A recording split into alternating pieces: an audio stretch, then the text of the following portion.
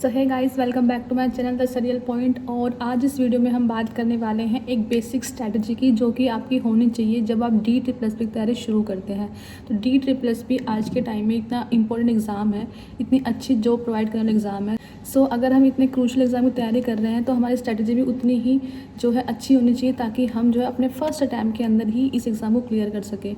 सो चलिए इस वीडियो को हम शुरू करते हैं और डिस्कस करते हैं क्या क्या पॉइंट्स हमें जो है अपने माइंड में रखनी चाहिए, क्या हमारी स्ट्रेटजी होनी चाहिए इस एग्ज़ाम को क्लियर करने के लिए। सो चलिए हम स्ट्रेटजीज को अब 1 बाय 1 जो है डिस्कस करते हैं। सबसे पहला पॉइंट जो है वो है know the pattern of exam. Exam के पैटर्न को समझना कि एग्ज़ाम का पैटर्न क्या है, उसमें किस तरीके के क्वेश्चंस आएंगे, या फिर ये जानना कि नेगेटिव मार्किंग है या नहीं है, कितने पार्ट्स में डिवाइडेड है, part A, part B, part C. तो पैटर्न को समझना बहुत इंपॉर्टेंट है कि कितने पार्ट्स में एग्ज़ाम आ रहा है, कितना टाइम आपको मिलेगा उस एग्ज़ाम को कंप्लीट करने के लिए, नेगेटिव मार्किंग है या नहीं है, या फिर है तो कितनी है, और कितने क्वेश्चंस आते हैं। तो ये सब समझना हमारे लिए बहुत इंपॉर्टेंट है किसी भी एग्ज़ाम को देने से पहले। तो उसका पहला पॉइंट हमारा है कि हमें एग्ज़ाम का पैटर्न समझ में आना चाहिए। दूसरा पॉइंट जो हमें अपने माइंड में रखना चाहिए जब हम इसकी तैयारी कर रहे हैं वो है नोइंग द सिलेबस, कि हमें सिलेबस का पता हो कि क्या सिलेबस जो है वो आने वाला है। क्योंकि बच्चे तैयारी शुरू कर देते हैं बिना सिलेबस को जाने कि क्या सिलेबस आ रहा है क्या नहीं आ रहा। लेकिन अगर आपको सिलेक्शन लेना है, अगर आपको अपने आप को बाकी लोगों से अलग करना है, तो वो है आपको सिलेबस का पता होना कि एग्ज़ाम में आने वाला क्या है, यानी कि एग्ज़ाम पूछेगा क्या। हमें ये पता होना चाहिए कि हमारे जो सिलेबस है उसमें कितने सब्जेक्ट्स आने वाले हैं, किस सब्जेक्ट में क्या आने वाला है। क्योंकि अगर हमें ये नहीं पता होगा तो हम इतना कुछ पढ़ लेंगे, क्योंकि हमें इतना कुछ नहीं पढ़ना, हमें उतना पढ़ना है जो हमारा एग्ज़ाम पूछता है। हमें जो है किसी को दिखाना नहीं है कि हमें इतना आता है या फिर हमें इतनी नॉलेज है, नहीं। हमारा मेन टारगेट है हमें एग्ज़ाम क्लियर करना है और हमें जॉब लेनी है। तो अपना सिलेबस आपको पता होना चाहिए कि आपको क्या पढ़ना है, कौन सा सब्जेक्ट पढ़ना है और उसमें कितना पढ़ना है। क्योंकि जितने भी एग्ज़ाम्स होते हैं उनमें हमें पूरी बुक नहीं पढ़नी होती, उसमें लिमिटेड पढ़ना होता है। तो अगर आपको सिलेबस पता हो कि आपको क्या पढ़ना है, तो वो यही एक पॉइंट है जो कि आपको बाकी जो आपके कैंडिडेट्स हैं, बाकी जो लोग तैयारी कर रहे हैं, एस्पिरेंट्स हैं, उनसे आपको एक अलग कर देगा। तो पहले आपको अपना सिलेबस पता होना चाहिए। थर्ड पॉइंट है हमारा स्टडी प्लान बनाने का। फर्स्ट आपने पैटर्न को समझ लिया, आपने सिलेबस जान लिया, अब आपको बनाना है उसके अकॉर्डिंग अपना स्टडी प्लान। क्योंकि आपको ये समझ में आ जाएगा कि आपकी क्या स्ट्रेंथ है और क्या आपकी वीकनेस है। देखो, सबको मेरा ये मानना है कि हमें सबसे अच्छी तरीके से हम खुद जानते हैं, हमें बाकी कोई और लोग नहीं जानता। तो हमें पता होता है कि हाँ, ये सब्जेक्ट मेरा स्ट्रेंथ है और ये सब्जेक्ट मेरा वीकनेस है। तो उसके अकॉर्डिंग हम जो है अपने स्टडी प्लान बनाएंगे। उसके बाद मान लीजिए आपका जो है साइंस पे कमांड है, या फिर आपका मान लीजिए रीजनिंग पे कमांड है, तो आप क्या करेंगे, जो रीजनिंग है, लोग बोलते हैं कि जो आपका स्ट्रॉन्ग पॉइंट है उसको आप कम तैयारी करो, आपका जो वीक पॉइंट है उसको आप तैयारी करो। नहीं, मेरा ये मानना है कि आपका जो स्ट्रॉन्ग पॉइंट है उसको आपको साथ में लेके चलना है, उसकी तैयारी आपको छोड़ नहीं देनी कि नहीं मेरे को तो ये आता है, नहीं। क्योंकि ऐसा आएगा कि बिना प्रैक्टिस के तो कुछ वैसे भी हो नहीं पाता। इसीलिए आपको जो आपका स्ट्रॉन्ग सब्जेक्ट है उसको भी आपको साथ में लेकर ही चलना है। हो सकता है आप उसको थोड़ा कम टाइम दें, आप उसको 1 घंटे दें, और जो बाकी आपका वीक सब्जेक्ट है या फिर जिसमें आपको थोड़ी प्रॉब्लम होती है उसको आप टाइम ज़्यादा दें, लेकिन स्ट्रॉन्ग सब्जेक्ट को आपको साथ लेकर ही चलना है। ठीक है। थर्ड हो गया स्टडी प्लान बनाना, कि आपको किस सब्जेक्ट को कितना टाइम देना है, किस हिसाब से टाइम मैनेज करना है। बेसिकली एक टाइम टेबल बनाना अपने हिसाब से। ओके। सो फोर्थ पॉइंट है फाइंडिंग द राइट बुक्स या फिर रिसोर्सेज। अब सबसे बड़ी दिक्कत आती है कि मैम ये तो हमें पता है कि हमारे पास जो है ये सिलेबस है, ये पैटर्न है, हमने टाइम टेबल बना लिया, लेकिन पढ़े तो पढ़े कहाँ से। सबसे बड़ी जो किसी भी एस्पिरेंट को स्ट्रगल होती है वो होती है फाइंडिंग द राइट बुक या फिर राइट रिसोर्सेज। और ये सच में एक मेहनत का काम है। तो इसीलिए कम से कम मैं आपसे ये रिक्वेस्ट करूँगी कि आप कम से कम 2 से 3 दिन जो है अपने आप को सिर्फ इसी में ही दें कि आप जो है राइट बुक और राइट रिसोर्स जो सेलेक्ट कर सके कि हाँ, मुझे ये सब्जेक्ट यहाँ से पढ़ना है, ये सब्जेक्ट तैयारी इस यूट्यूब चैनल से करनी है, सब्जेक्ट की जो प्रैक्टिस है मुझे इस बुक से करनी है। तो इसमें कम से कम आप अपने 2 से 3 दिन इन्वेस्ट कीजिए। बिलीव मी, ये 2 से 3 दिन आपको बहुत ही तैयारी में आगे रख देंगे। क्योंकि अगर आपको ये पता है कि आपको इन बुक से पढ़ना है, तो हाँ, हो सकता है थोड़ा टाइम लगेगा, आप बोलोगे लिमिटेड टाइम है, ये है वो है, लेकिन ट्रस्ट मी, जब आपके पास राइट बुक्स होंगी तो आपकी जो स्पीड है वो बहुत ज़्यादा हो जाती है। आपको जो बाकी टेंशन है कि अच्छा वो इससे पढ़ रहा है, इससे ये किससे पढ़ूँ, वो सारी टेंशन खत्म हो जाएगी। इसलिए 2 से 3 दिन आप आराम से दीजिए, ताकि आपको राइट बुक्स और राइट रिसोर्सेज जो मिल सके। इसमें आप मदद ले सकते हैं यूट्यूब चैनल्स की, वहाँ पर आपको बहुत सारे मल्टीपल रिसोर्सेज मिल जाएंगे। और मैं भी एक वीडियो जो है लेकर आऊँगी कि आप DSSS की तैयारी किन पर्टिकुलर बुक से आप कर सकते हैं। ठीक है। तो ये बहुत ही इंपॉर्टेंट पॉइंट है कि आप प्रॉपर टाइम दीजिए ताकि आप राइट रिसोर्स या फिर राइट बुक्स जो है आप एक तरह जगह इकट्ठी कर सकें, क्योंकि उसके बाद पढ़ना बहुत आसान हो जाता है। ठीक है, ओके, मूविंग ऑन। नेक्स्ट जो हमारा पॉइंट है वो है keep your resource limited.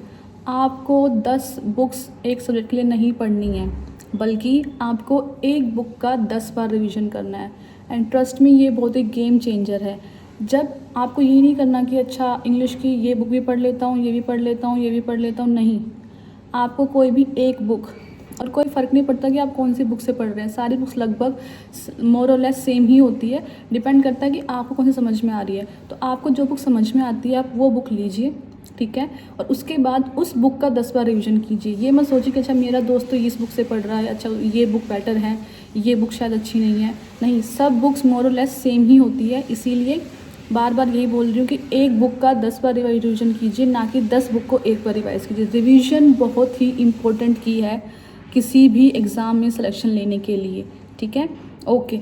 So next जो पॉइंट है वो है हमारा PYQ, यानी कि प्रीवियस ईयर क्वेश्चंस। मैं आपको बता नहीं सकती कि PYQ कितने इंपॉर्टेंट है किसी भी एग्ज़ाम की तैयारी करने में, और ख़ासकर हम बात करें DSSB की। तो अगर आप कुछ करें या ना करें, कोई बुक खरीदें या ना खरीदें, लेकिन प्रीवियस ईयर क्वेश्चन पेपर के लिए एक अच्छी सी बुक जो है आप ज़रूर खरीद लीजिए। बुक मैं आपको सजेस्ट कर देती हूँ जो कि किरण पब्लिकेशन की, उसकी एक प्रीवियस ईयर क्वेश्चंस की एक पूरी जो है बुक आती है, जिसमें कि सारे जितने भी DSSB के एग्जाम्स हुए हैं उन सब के PYQs जो है उसमें अवेलेबल है। या फिर आप क्या कर सकते हैं कि आप नेट से, जो DSSB की साइट है वहाँ से भी आप जो है क्वेश्चन पेपर्स डाउनलोड कर सकते हैं। अब मैं PYQ पे इतना फोकस क्यों कर रही हूँ, क्योंकि DSSB में क्वेश्चंस जो है रिपीट होते हैं। अब क्वेश्चन तो लिमिटेड है, कहाँ से इतने सारे क्वेश्चंस आएंगे, इसीलिए DSSB में क्वेश्चंस जो है रिपीट होते हैं। और जब रिपीटेड क्वेश्चन आता है एग्जाम में तो खुशी होती है वो अलग ही होती है, और आपको कुछ नहीं देखना होता, आपको सिंपल जो है टिक करना होता है, इससे आपका टाइम भी बहुत बच जाता है। इसीलिए मैं इतना जो है इस पर फोकस कर रही हूँ कि आप और कुछ करें ना करें, लेकिन आप PYQ को प्रैक्टिस ज़रूर करें। आप करेंगे कैसे और PYQ क्यों हेल्पफुल है वो उस पर मैं और थोड़ा बात कर लेती हूँ। सो जब आप किसी भी एग्ज़ाम की तैयारी करते हो तो आपके लिए ये समझना बहुत ज़रूरी है कि कौन सा टॉपिक इंपॉर्टेंट है, कौन सा टॉपिक जो है आता ही नहीं है, कौन सा टॉपिक से क्वेश्चन ज़्यादा पूछे जाते हैं। तो इसीलिए PYQ आपकी उसमें बहुत हेल्प करेगा।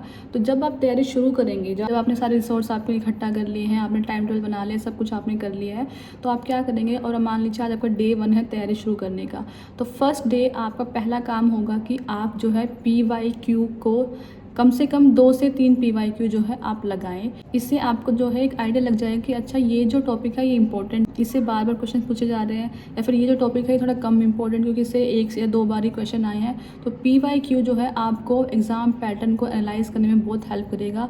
और दूसरा सबसे इम्पोर्टेंट कि क्वेश्चन रिपीट होते हैं, इसलिए PYQ प्रैक्टिस ज़रूर करना है, ओके। सो लास्ट पॉइंट जो हमारा इस वीडियो में रहेगा वो है स्ट्रेस मैनेजमेंट। आपको स्ट्रेस नहीं लेना है। आई नो कहना आसान है, लेकिन मैं आपको इसलिए बोल रही हूँ कि स्ट्रेस लेकर वैसे भी कुछ भला हुआ नहीं है। आप कभी भी किसी से अपने को कंपेयर मत करो कि अच्छा वो इसके पास इतनी बुक्स हैं, उसने इतना सिलेबस कर लिया, उसने ये कर लिया, वो तो इंटेलिजेंट है, मैं जो है पढ़ाई में थोड़ा वीक हूँ। नहीं, सबका अपना कैलिबर होता है और लास्ट में जो काम आता है वो होता है हार्ड वर्क। तो इसीलिए अगर आप अभी से शुरू कर रहे हैं, अगर आपने तैयारी शुरू कर दी है तो स्ट्रेस नहीं लेना, क्योंकि स्ट्रेस लेकर ये तो है नहीं कि आप जो है अपनी तैयारी बहुत अच्छा कर लोगे, फालतू में जो आपका एक पेस चल रहा है वो भी कम हो जाएगा। सो स्ट्रेस को मैनेज करना है अच्छे से, और कंपैरिजन नहीं करना है दूसरों के साथ। सो स्ट्रेस नहीं लेना है, क्योंकि जस्ट एग्ज़ाम है, ठीक है, हमें अपना 100% देना है। हमें ये नहीं करना कि कल को हमें ये फील हो कि यार हमने मेहनत नहीं की। हमारा काम है मेहनत करना। रिजल्ट क्या रहता है क्या नहीं रहता वो ऊपर वाले के हाथ में है। हाँ, हम चाहते हैं हमारे साथ अच्छा हो, और अच्छा ही होगा अगर आप मेहनत करेंगे तो, हम अपना 100% देंगे तो।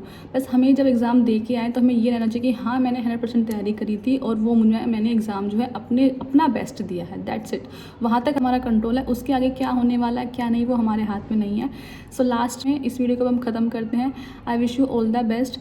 अच्छे से तैयारी कीजिए। कोई भी डाउट है, कोई भी टॉपिक जो आपको लगता है कि आपकी इस पर वीडियो बननी चाहिए तो आप प्लीज़ मुझे कमेंट बॉक्स में बताएं, हम उसमें जो है ज़रूर वीडियो बनाएंगे। And wish you all the best. अपनी तैयारी शुरू कर दीजिए, एंड ट्रस्ट मी, अगर आप तैयारी अच्छे से करेंगे तो आपका सिलेक्शन जो है ज़रूर पक्का है। सो मिलते हैं आपके ऐसी एक और वीडियो के साथ, तब तक के लिए थैंक यू सो मच।